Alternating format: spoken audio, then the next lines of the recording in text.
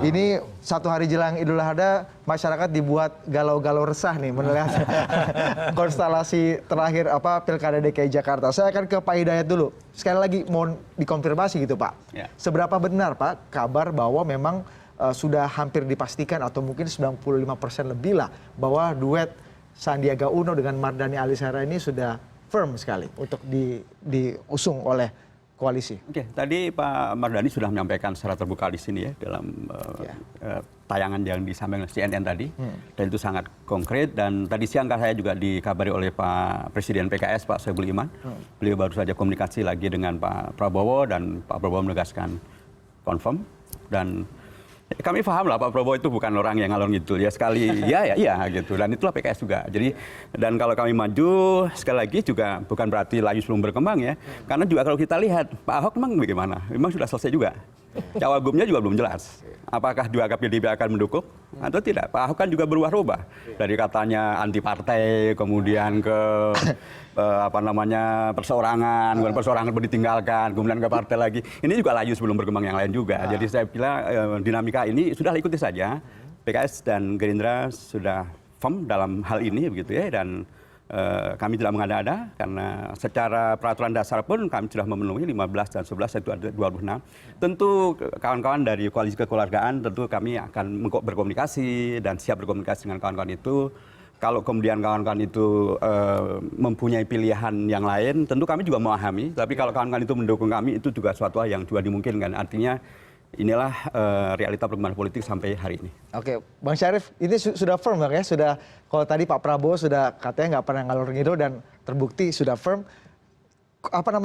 Di Gerindra sendiri sudah satu suara Bang untuk masalah ini? Sudah oke gitu, sudah firm dari sampai akar rumput gitu misalnya? Iya, saya gini, saya sering mengibaratkan Pak Sandi ini. Jadi gini dulu. Oh, iya. Yang pertama adalah dukungan terhadap Sandi dulu.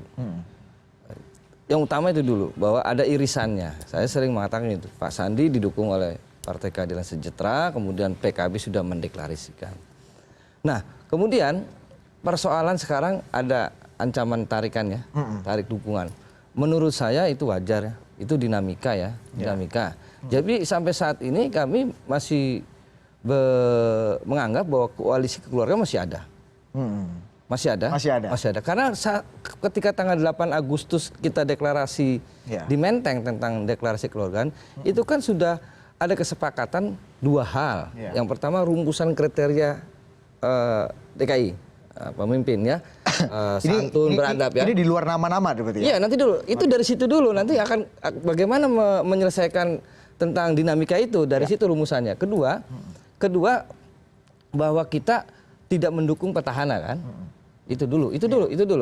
PDIP sepakat tidak mendukung petahana. Dengan kekuatan 7 partai politik. Nah kemudian PKB mendeklarasikan lebih awal. Alhamdulillah, ya kan? Dan terakhir tadi Kamis malam Partai Keadilan Sejahtera mendukung. Nah, sekarang tugas kami ini di Gerindra bagaimana seperti tadi Ustadz tadi mengkomunikasikan dua pasangan ini, Pak Sandi dengan Pak Mardhani Alisera. Nah, adapun mengenai Pak Saifullah itu ya dalam koalisi kan kita harus saling mendengar. Tidak boleh mutlak-mutlakan kan, saling mendengar mana calonmu gitu kan. Nah, ternyata dari PKB mengusulkan Pak Saifullah. Kemudian mungkin nanti P3 kalau ingin bergabung berdiskusi kembali tawarkan kepada kami siapa wakilnya gitu kan. Tapi koalisi kekeluargaan itu seberapa konkret sih Bang Syarif? Setelah dideklarasikan kemudian berjalan katanya komunikasinya berjalan terus segala macam. Konkretnya adalah satu, tidak mendukung Ahok. Itu konkret. Itu konkret. Nggak, sekarang bukan berarti harus bersama-sama terus misalnya. Iya, nah karena itu saya sering mengibaratkan begini, nanti itu akan ada kemungkinan koalisi keluaran itu ada koalisi kembar 1, kembar 2. Oke. Itu saudara kembar 3.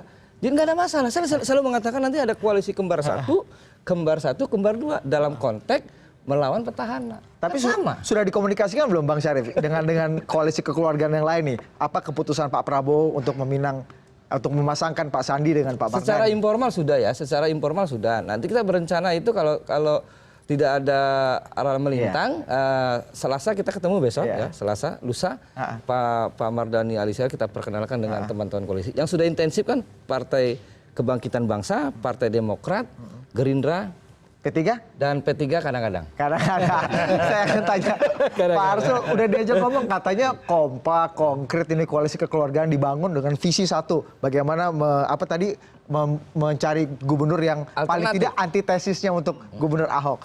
Sudah diajak ngomong belum Pak Arsul? Ya, kalau ngomong kita terus ya, baik ngomong direct talks gitu ya, bicara langsung maupun melalui ya media-media elektronik kita lah ya, WhatsApp ya kan, Jalan terus tuh, Pak, ya? telepon-teleponan kan jalan terus gitu ya.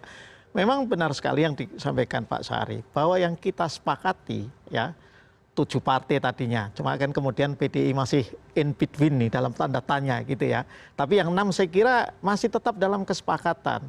Kesepakatannya itu yang sudah firm seperti disampaikan Pak Syarif, yaitu tidak mengusung petahana, ya, antitesisnya dari petahana. Semangatnya itu tuh ya. Semangatnya itu, ya. Bahkan semangat itu menurut saya yang saya pahami juga lebih lanjut.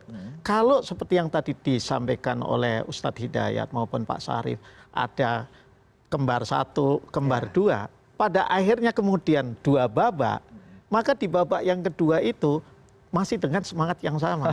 Jadi P3 tidak merasa ditinggalkan. Kalau Ahok masuk putaran kedua kan bisa jadi juga kalah. Oh gitu. Nah kalau itu kita ada di jalan masing-masing. Begitu ya, betul sekali. Jadi itu, nah memang di P3 itu semangatnya ya tentu sebagai P3 itu 10 kursi. Dan kalau secara popular vote itu nomor 3 loh setelah PDI Perjuangan dan Gerindra. Jadi tidak bisa dipandang sebelah mata, harus didengarkan juga gitu. Kira-kira seperti itu, ingin diajak ngomong. Nah kemarin itu kalau kami boleh mengeluh sama Pak Syarif sama Pak Hidayat ini nggak diajak ngomong, ini tiba-tiba deklarasi. Belum begitu ya. Merasa ditinggal nggak Pak Arsul? Kan 10 suara kan besar tuh Prof. Ikrar ya kan, sangat berpengaruh, apalagi konstituennya di Jakarta juga luar biasa. Ini apakah sama sekali tidak diajak ngobrol tuh menyakiti hati nggak sih? Enggak lah, itu kan biasalah politik itu seperti itu. Tugas saya mengompori. Bisa bantu jelaskan gini. Pada saat kita setelah 8 Agustus deklarasi itu kita bagi tugas. Jadi gini, bagi tugas. Kita buka nih ya, agak sedikit buka. Boleh. Jadi kita pada saat itu menyusun 2 skenario. Skenario pertama adalah dengan PDIP. Skenario kedua tanpa PDIP. Nah, skenario 1 siapa yang jalankan? Saya membaca sepertinya yang paling aktif mendekati PDIP itu Partai Persatuan Pembangunan dengan PKS. Hampir 2 minggu. Iya. Ini kita bocoran. Kita buka aja ya. Mendekati PDIP itu mendekati Teguh Umar maksudnya, Bu Mega? Iya, betul dalam rangka skenario 1 berjalan. Gitu. Kita Gerindra mendekati PKB, Demokrat dan PAN. Di tataran praktis itu kelihatan itu bentuk-bentuknya itu. Jadi sesungguhnya tidak ada yang ditinggal sebetulnya. Tidak ada yang tinggal. PDIP sudah ditanya oleh Pak Hidayat, bagaimana kapan keputusannya ini? Tapi kan P3 kan termasuk salah satu partai politik dalam koalisi kekeluargaan yang sepakat paling tidak sepakat tidak mendukung Ahok dan juga sepakat mendukung Sandi kan, Pak Arsul ya, seperti itu kan. Gini, yang kedua itu yang sepakat yang kedua itu siapapun calonnya sepakat mendukung yang mau maju. Oh, jadi tidak menyebut Sandi juga di situ. Yang lebih konkret sebetulnya P3 dan itu ya karena sudah dibuka oleh Mas Syarif, komunikasi dengan DPP PDI Perjuangan, kami sampaikan bahwa P3 ini akan bergabung ke PDI, bukan ke Gerindra terus terang, sepanjang PDI Perjuangan itu tidak mengusung Ahok. Nanti kalau mengusung Ahok, bye-bye. Kalau langsung maju kita memang pamit. Mufarokoh. Tapi seberapa, kita bicara probabilitas. Seberapa besar atau seberapa persen kemungkinannya P3 nih setelah quote-unquote kabarnya ditinggal lah, boleh dibilang gitu, ditinggal sama koalisi PKS dan Gerindra.